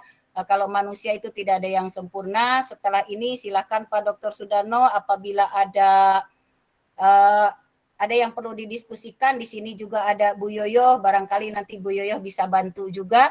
Mudah-mudahan masalah-masalah yang ditemukan di lapangan bisa ada solusinya, sehingga Bapak Ibu guru ketika mengajukan kenaikan pangkat tidak ada kendala apapun, bisa lancar semua. Satu kali mengajukan bisa langsung lulus, atau lolos tidak dapat surat cinta dari kami. Karena kalau dapat surat cinta dari kami, mohon maaf, kami harus memeriksa ulang lagi. Kami akan membaca lagi revisi-revisinya dari Bapak Ibu, dan mohon dimaklumi, mohon dipahami bahwa PKG adalah penyumbang angka kredit tertinggi. Sehingga PKG itu menjadi patokan utama dan yang pertama kali diperiksa oleh tim penilai. Kami tidak memberikan langsung ke publikasi ilmiah, itu belum. Publikasi ilmiah, karya inovatif itu nanti belakangan. Asal PKG-nya dulu. PKG sudah bagus, sudah hebat, maka proses pembelajarannya bisa diberikan angka kredit. Bagaimana kalau PKG-nya misalnya belum sesuai, publikasi ilmiah dan yang lainnya tetap diperiksa, namun biasanya nanti ada surat cinta yang akan diberikan kepada guru yang bersangkutan. Sekali lagi mungkin perlu kita ingatkan bersama bahwa PKG adalah penyumbang angka kredit tertinggi. Sehingga PKG lebih diobok-obok, lebih dibaca dengan teliti, tidak ada copy paste, tidak sama setiap tahunnya, tapi setiap tahun memiliki deskripsi yang berbeda. Mungkin itu Pak Dr. Sudarno, saya kembalikan kepada Pak Dr. Mangga, silakan. Assalamualaikum warahmatullahi wabarakatuh. Waalaikumsalam warahmatullahi wabarakatuh. Ya, terima kasih atas penjelasannya ya dari Bu Sadiah ya. Sudah banyak ya materi yang diberikan tadi dari awal ya. Dari jam 1 ya, sekarang udah jam 2:30 ya Bapak Ibu ya. Selama 1,5 jam mendapatkan materi tadi PKG ya, kemudian Dupak, juga surat-surat ya untuk sistematika tentang paknya Bapak Ibu ya. Bapak Ibu silahkan, Bapak Ibu yang mau bertanya bisa raise hand atau langsung ya. Atau kalau di chat, nah ini ada nih Bu Desi Fitria ya, boleh silahkan Bu Desi. Baik Pak, di sini saya mau menanyakan yang termasuk karya inovatif itu apa aja gitu. Itu aja, terima kasih. Langsung dijawab aja. Ya boleh, Mangga. Karya inovatif itu bisa berupa seni, ya misalnya mungkin membuat seni patung, puisi, tapi ada ininya, yang sederhana nanti puisi berapa, yang kompleks berapa, itu nanti mungkin bagiannya Bu Yoyo besok ya. Saya hanya sedikit saja karena akan dikupas besok. oleh Bu Yoyo, publikasi ilmiah dan karya inovatif. Bisa berupa sastra, bisa juga berupa media pembelajaran, bisa juga alat peraga. Itu yang termasuk karya inovatif. Tapi ketentuan-ketentuannya insya Allah besok dijelaskan oleh Ibu Yoyo. Baik, kita tunggu besok, Bu. Iya, Semakin semangat. Mangga. Bu Yoyonya sudah senyum-senyum, Bu Yoyo. Iya, besok ya Ibu. Mangga. Ya, makasih Bu ya. Berikutnya belum ada lagi ya. Kita lihat di chat ya. Kita lihat chat. Oh ya ada. Bu Masitoh resen. Yuk silahkan. Termute Bu. Bu Masitoh masih termute. Oh ya, kasih. Saya akan bertanya tentang memperoleh penghargaan tanda jasa Satya Lencana. Kalau di Pramuka ada yang namanya Pancawarta ya Bu ya, Pancawarta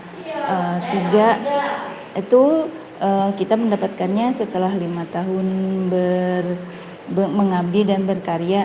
Apakah itu bisa dimasukkan atau tidak Bu? Selama ini yang ada di Dupak itu kan memang penghargaan itu Satya Lencana. Nah, Ibu bisa lebih jelasnya nanti dengan Bu Narti. Ya, Bu Narti itu nanti akan apa namanya sampai ke penunjang. Bu Narti kalau nggak salah pengembangan diri sampai ke penunjang. Ya, insya Allah. Tapi selama ini yang kami terima baru berupa Satya Lencana. Terima kasih Bu. Ya. Enggak. Masih. Ada lagi. Ini suaranya feedback ya. Oh, udah, Bu Masita sudah sudah di mute ya. Oke, Bapak Ibu masih adakah? Kita lihat lagi. Kalau dibaca di chat ya dari Bu Emri Yasmin ya. Mau bertanya Bu, dalam melakukan PKG guru nilai akhir yang diperoleh adalah cukup. Padahal untuk bisa digunakan dalam penyusunan Dupak nilainya harus baik. Pertanyaannya 1, bagaimana menyikapi? 2, berapa PKG dibutuhkan? Ini 4B ke 4C. Yuk, tadi udah dijawab ya? Silakan Bu, jelaskan lagi.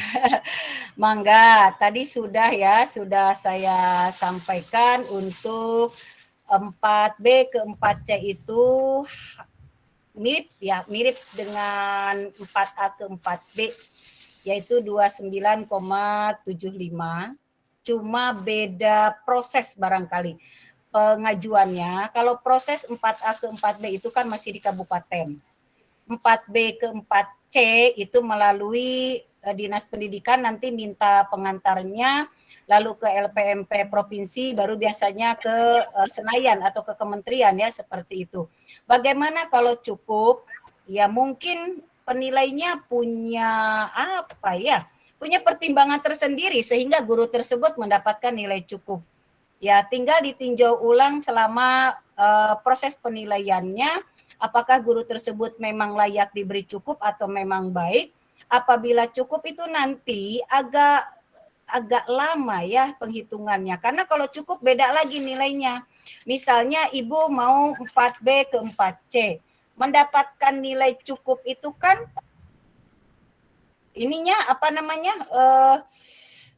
perolehannya bukan 29,75 tapi 22,31. 29,75 kali 4 tahun insya Allah itu terpenuhi. Dengan pengembangan diri, dengan publikasi ilmiah yang lain, nanti unsur utamanya insya Allah terpenuhi, apalagi ditambah dengan tugas tambahan. Tapi kalau cukup 22,31, berapa tahun berarti tambahnya, kan seperti itu ya. Ya diupayakanlah guru kita beraktivitas atau bersikap seprofesional mungkin, sehingga ketika penilaian guru atau PK guru mendapatkan nilai baik.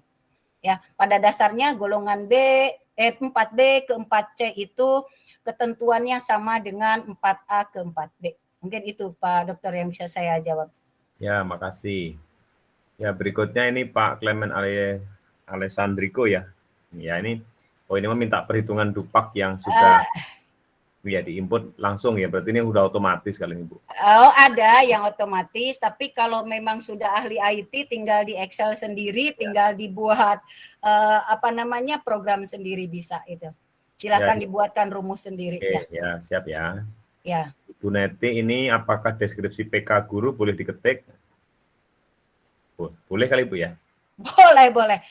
Pada dasarnya deskripsi PK guru itu ya kalau ditulis tangan mungkin ya memang kesannya seperti sesuai dengan fakta, tapi kalau kenyataannya ditulis tangan deskripsinya ternyata dari tahun ke tahun juga itu sama, ya tetap copy paste kami mengatakannya. Ya. Intinya ketika PK guru itu bukan masalah ditulis atau diketiknya, tapi deskripsinya sesuaikah dengan yang tadi sudah kita bahas bersama. Apa saja yang ditanyakan, apa saja yang ditulis, apa saja yang kita tuangkan berdasarkan fakta tersebut. Ditulis mangga, sepertinya data otentik gitu, padahal kalau dapat nyontek juga sama aja, ditulis juga nggak akan nggak ada keistimewaan ketika PK guru itu ditulis menjadi benar, tidak ada keistimewaan seperti itu. Ya Bu, makasih. Ya Bu, kalau kami pertegas kembali ya, jadi kan sebenarnya guru-guru ini menerima dari tim penilai di sekolah ya Bu ya. Ya, betul. Ya, kan menerima ya, jadi bukan guru-guru yang buat gitu. Jadi apapun kan selama ini yang diberikan oleh tim senior kita di sekolah ya kita terima gitu kan gitu. Nah, kita apa-apa kan. Ya, mohon maaf saya potong. Di situ ada lembar persetujuan. Oh gitu. Iya, antara penilai dengan yang dinilai pada saat PK guru kan ada proses seperti yang tadi kita bahas bersama. Setelah pengamatan, setelah pemantauan, duduk bersama antara yang menilai dengan yang dinilai, dibahas kembali sampai bagaimana ketika dia tidak setuju atau menolak itu. Itu ada hak untuk menolak. Bagaimana nanti solusinya seperti yang tadi dikatakan, didatangkan pihak ketiga atau menghadap kepada kepala sekolah. Intinya guru yang dinilai ada kesepakatan, ada persetujuan antara yang menilai. Tidak bisa mengatakan bahwa itu produk yang menilai, bukan. Harus ada persetujuan antara guru yang dinilai dan yang menilai. Seperti itu kan ada lembarnya, itu format 1A, 1B, 1C, 1D-nya itu kan harus lengkap. Ya, maaf ya Pak Dokter, saya potong. Iya, siap ya.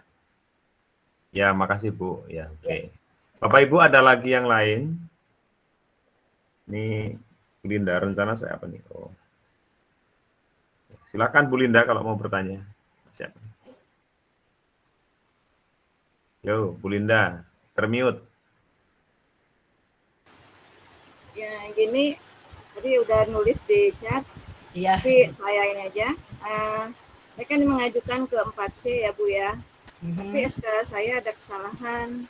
Jadi nama instansi saya itu harusnya kan SMP 2 Taman Sari, situnya SMP 1 Ciawi. Lalu bagaimana Bu langkah saya gitu Bu? Ibu bisa datang ke pegawaian, bisa temui yang di kepegawaian, nanti kepegawaian akan memprosesnya ke BKPP atau ke BKD. Karena SK, PAK, dan sebagainya itu produk dari sana. Kalau kami, tim penilai itu hanya diberikan tugas untuk memproses, menilai berkas-berkas yang masuk. Proses pencetakan PAK sampai kepada SK itu di luar kemampuan kami. Karena itu sudah menjadi kewenangan atau apa yang dilakukan itu adalah menjadi kewenangannya dinas dan BKPP, BKD. Ya, Ibu silahkan datang. Atau mungkin bisa saya sarankan temui dulu Ibu Yati di kepegawaian. Iya Bu. Ya. Ya Bu. Makasih Bu. Ya. Oke Bapak Ibu, saya kira yang chat sudah nggak ada, yang raise hand juga sudah nggak ada. Mungkin kita akhiri ya. Jangan lupa besok kita masih hari ketiga ya, besok bersama dengan Bu Yoyo ya. Beliau udah hadir hari ini ya. Dan hari keempat juga masih ada ya. Besok kita adalah PI dan KI ya, dan jurnal ya semuanya. Bapak Ibu, sebelum kita perpisahan, apa namanya, buka kameranya dulu ya, biar kita ini dulu deh, kita foto-fotonya dulu gitu ya. Ya bukain semua. Di layar Bapak Ibu tampil ada berapa orang nih? 40, Pak. Ya. Ya. Bisa ya, Mas semua ya. 4 kali 10 ya, 1, 2, 3, 4 kali 10. Nah, ini rame ya. Makasih Bapak Ibu ya atas semangatnya, kehadirannya ya mengikuti kegiatan ini ya. Nanti kita masih banyak lagi ya yang wabri ke saya untuk tahap 2 ya. Mungkin insya Allah nanti kita mulai Jumat ya, nanti akan ada tahap 2 lagi ya kalau bagian teman-teman ya. Baik Bapak Ibu, ya buka kameranya, kita akan foto dulu ya sebelum ini. Bu Yaya akan menambahkan apa besok yang harus disiapkan? Termute untuk besok, persiapan besok apa Bu Yaya? Kalau untuk PIKI sepertinya tidak ada, Pak. Hanya karena isiannya kan tadi juga sama Bu Haji sudah ditampilkan ya, surat pernyataan melaksanakan kegiatan publikasi ilmiah yang rangkum dalam PKB nanti, karena gabung dengan kegiatan pengembangan diri. PIKI itu kan bagian dari PKB. Jadi juga nanti formatnya tadi sudah ditampilkan oleh Ibu Hajah. Tidak ada persiapan apa-apa untuk PIKI. Itu saja Pak Dar. Oke, ya makasih Bu Yoyo. Besok Bapak ya, Bapak Ibu besok kita tunggu ya sajian materinya dari Bu Yoyo ya besok. Baik Bapak Ibu, kegiatan hari ini kita cukupkan ya sampai di sini dulu. Mohon maaf atas segala kekurangannya.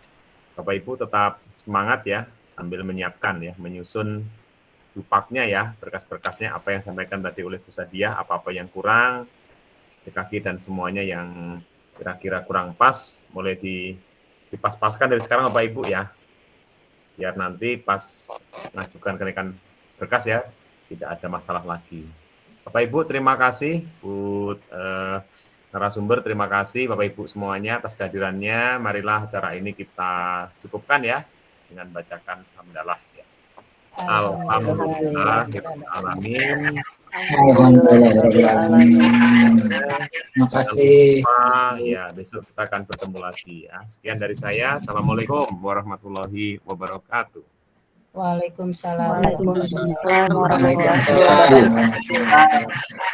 kasih Bapak Ibu semua. Izin live Bapak Ibu.